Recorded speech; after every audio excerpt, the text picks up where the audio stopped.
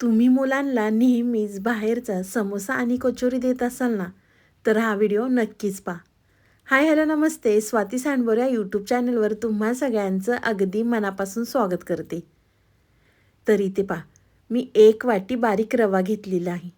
त्यानंतर आपल्याला त्याच वाटीने 2 वाट्या गव्हाचं पीठ घ्यायचं आहे.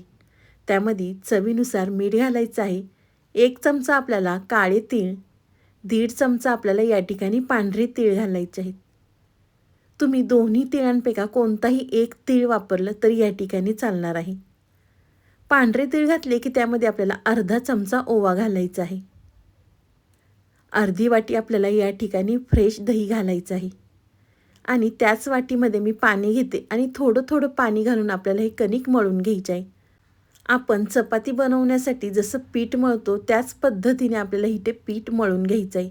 खूप जास्त घट्ट मळायचं नाही आहे किंवा खूप जास्त सैलसरसुद्धा मळायचं नाही आहे. तर इथे मी थोडं थोडं पाणी घालून हे पीठ मळून घेतलेलं आहे. तर 10 मिनिटासाठी आपण हे पीठ साईडला ठेवून देऊया. तोपर्यंत आपण या ठिकाणी दुसरी तयारी करूया. इथे मी मिक्सरचं भांडं घेतलेलं आहे. त्यामध्ये आपल्याला 10 ते 12 मिरे घालायचे आहेत.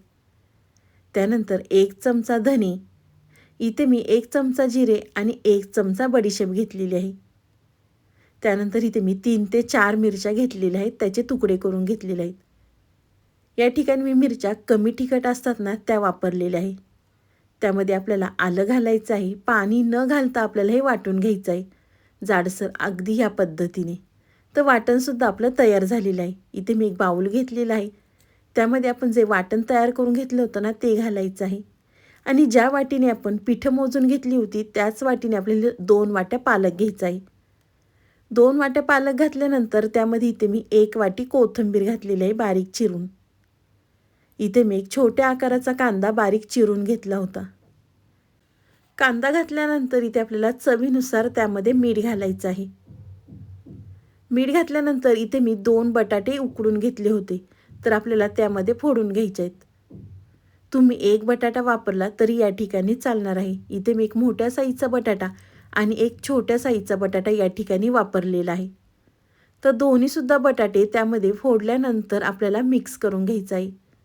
आधी मी चमच्यानी वरखाली करून घेते आणि त्यानंतर हाताने अगदी व्यवस्थित हे मिक्स करून घेते. अगदी या पद्धतीने आपल्याला एकजीव करून घ्यायचं आहे. तर तुम्ही पाहू शकता स्टफिंग छान असं तयार झालेलं आहे. तर आपण 10 मिनिटासाठी पीठ साईडला ठेवलं होतं ते आपल्याला परत हाताने एकसारखं करून घ्यायचं आहे. त्यावरती आपल्याला थोडंसं तेल घालायचं आहे आणि परत ही कणिक आपल्याला एकसारखी करून घ्यायची आहे. तोपर्यंत तुम्ही माझा व्हिडिओ इथपर्यंत पाहिलाच आहे आणि व्हिडिओ थोडा तरी आवडला असेल ना, तर व्हिडिओला एक लाईक नक्कीच करा. साईडचं बेल आयकॉनसुद्धा प्रेस करा म्हणजे तुम्हाला माझे नवीन नवीन व्हिडिओ पाहायला मिळतील. तर कणिक एकसारखी केल्यानंतर त्यामधला आपल्याला छोटासा गोळा घ्यायचा आहे. गोळा आपल्याला परत एकसारखा हातावर करून घ्यायचा आहे. आपण पुरणपोळी बनवतो ना त्या पद्धतीने आपल्याला त्याची वाटी तयार करून घ्यायची आहे. अगदी व्हिडिओमध्ये दाखवते ना त्या पद्धतीने करून घ्या. तर तुम्ही या ठिकाणी पाहू शकता मी गोल गरगरीत वाटी तयार करून घेतलेली आहे. थोडीशी आपल्याला या ठिकाणी खोलगट करायची आहे. तर वाटी तयार झाल्यानंतर आपण जे स्टफिंग तयार केलं होतं ते आपल्याला 1 चमचा त्यामध्ये घालायचं आहे. तुमच्या लक्षात आलंच असेल की नेमकं आज आपण काय बनवतोय. तर आज आपण कचोरी बनवतोय. कुठेही आपण मैद्याचा वापर केलेला नाहीये. अगदी आपण त्या स्टफिंगमध्ये भाज्यासुद्धा वापरलेल्या आहे पालक. तुम्ही पालकच्या ऐवजी कोणतीही भाजी या ठिकाणी वापरू शकता. त्यामध्ये स्टफिंग घातल्यानंतर अगदी व्हिडिओमध्ये दाखवते ना त्या पद्धतीने बंद करून घ्या आणि परत आपल्याला हातावर एकसारखं करून घ्यायचं आहे. खूप जास्त जाड करायचं नाही आहे किंवा खूप जास्त पातळसुद्धा करायचं नाही. अगदी व्हिडिओमध्ये दाखवते ना त्या पद्धतीने करून घ्या. तर पाहू शकता मस्त आपली इथे कचोरी तयार झालेली आहे. तुम्ही नेहमी मुलांना बाहेरचा समोसा आणि कचोरी देत असाल ना, तर एकदा घरी नक्कीच करून द्या. मुलं अगदी आवडीने खातील आणि तुमच्याकडे नेहमी याच पद्धतीने करून मागतील. तर इथे मी एक करून घेतलेली अशाच पद्धतीने या ठिकाणी तुम्हाला दुसरीसुद्धा करून दाखवते. तर आपल्याला त्याची वाटी तयार करून घ्यायची आहे. त्यानंतर आपल्याला त्यामध्ये स्टफिंग घालायचं आहे. तुम्ही या ठिकाणी पाहू शकता मी स्टफिंगसुद्धा यामध्ये जास्त वापरलेलं आहे. तर आपल्याला परत हे बंद करून घ्यायचं आहे आणि हातावर आपल्याला परत एकसारखं ही कचोरी करून घ्यायची आहे. खायला ना खरंच अगदी टेस्टी लागते बरं का. एकदा नक्कीच करून पहा. तुम्ही नाश्त्यासाठी किंवा मुलांच्या टिफिनसाठी किंवा छोट्या मोठ्या भुकेसाठी तुम्ही ही रेसिपी करू शकता. खूप जास्त वेळसुद्धा लागत नाही करायला. तुम्ही या ठिकाणी पाहू शकता मी दुसरीसुद्धा कचोरी करून घेतलेली आहे.